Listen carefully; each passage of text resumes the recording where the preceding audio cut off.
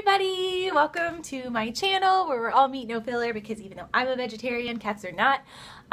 Obviously I'm a day late. I started a new job this week. I figure no one will really care because I don't have any subscribers, so it doesn't really matter, but I'm doing it anyways. Also, disclaimer, I have stress acne right now, also from my new job, so just in case anyone wants to come and be like, Jess, you really look like shit in this episode. Yes, I do. You're not wrong. So today what we're going to be talking about is pet food.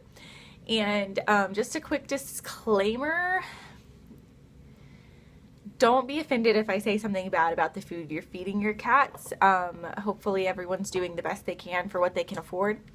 And that's all that really matters.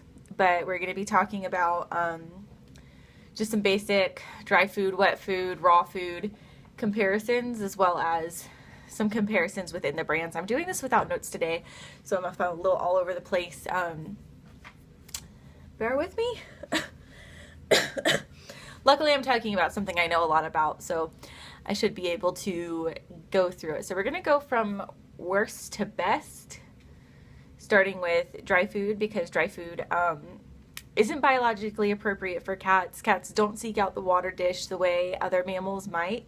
So if you can do something other than dry food, that would be the best option.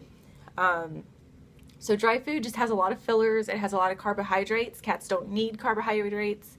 If your cat is fat, definitely switch them off a dry food diet. One time, Gracie, back when I didn't know as much about pet nutrition as I do now, the vet prescribed her science diet for weight loss, and the first ingredient was a grain. And I was like, how is that going to help her lose weight? That's going to make her more fat.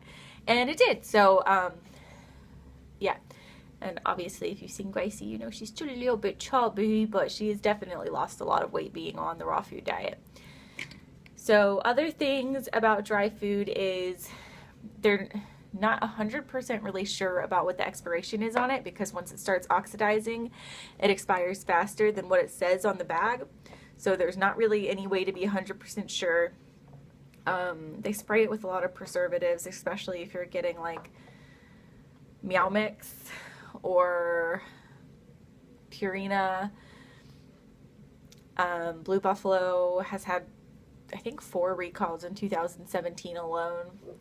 So I know a lot of people consider that an organic food. Sorry, Gracie's like trying to climb the light bulb, and I'm not really sure what this dodo is doing right now. But so if you can avoid those brands of food, if your budget allows, but your budget doesn't allow for you to upgrade from dry food, but you can afford maybe a higher quality dry food, some brands that are really great are the Petcurian, like Now and Go for cats is great. It actually has the lowest phosphorus levels in it, which is good. And another brand that I really like is the Fussy Cat dry food. If you have to feed dry food, just go into your local holistic pet food store and ask them what dry foods they would recommend, as opposed to shopping at PetSmart. If you can avoid shopping at PetSmart, you're doing good. So next is wet food. Wet food is actually really good because it does have the moisture content that pets need.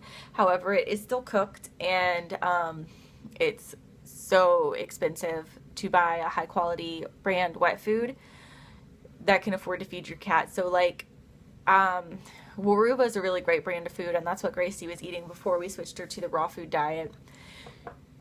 I was spending like $100 a week on cat food just because she eats 2 to 3 cans a day, and the cans are $3 per can. It was just too much, but it is a human grade wet food. Any wet food, in my professional opinion, I am qualified to talk about this, so I do know what I'm talking about. However, don't take what I say as the law of the land. Form your own opinions. I do believe that any wet food is better than any dry food because you get the moisture that you need from the wet food. So if you can't necessarily afford to feed the highest quality dry food, you might be able to afford to feed the lowest quality wet food, which would be like, once again, Meow Mix, Friskies, Fancy Feast, that kind of thing. Pooh used to be on Friskies, and she did really well on it when she was eating the dry food Friskies. It still has a lot of fillers and preservatives and less natural stuff in it. So once again, with the, if you can afford to do better, always do better for your cat. But I mean, you do what you can with what you got. And I know anyone who is watching my videos does love their cats and is trying to do the best they can for them. So, I mean, no judgment ever from me, just as long as you're doing the best that you can. So lastly, we're going to talk about raw food as two parts. So there's freeze-dried raw foods, and then there's frozen raw foods. I feed my cats freeze-dried raw foods. However, this can be bad because a lot of people don't know that you have to rehydrate it, or your cat will probably literally die from dehydration. So they just come in like little nuggets. The only difference between the freeze-dried raw and the frozen raw is that the blood has been sucked out of it, so it's not like as gross to touch, and I, as a germaphobe, don't like it to touch the frozen. However, the frozen is completely safe for humans to touch. At least the brand that I feed, Primal, they do check for Salmonella, E. coli, and Listeria in all their foods before they're released into the public, and they've never had a recall, so I trust it. I would touch their frozen if I decided to ever switch. I just like the freeze-dried for the convenience, but you have to rehydrate it. Like 100%, you have to rehydrate it. What I do is I mush it up and I add water in, and you stir it around and make sure that it's completely rehydrated, no dryness in it at all. The raw food is the most biologically appropriate thing because obviously if your cat was in the wild, they would be hunting for their own stuff.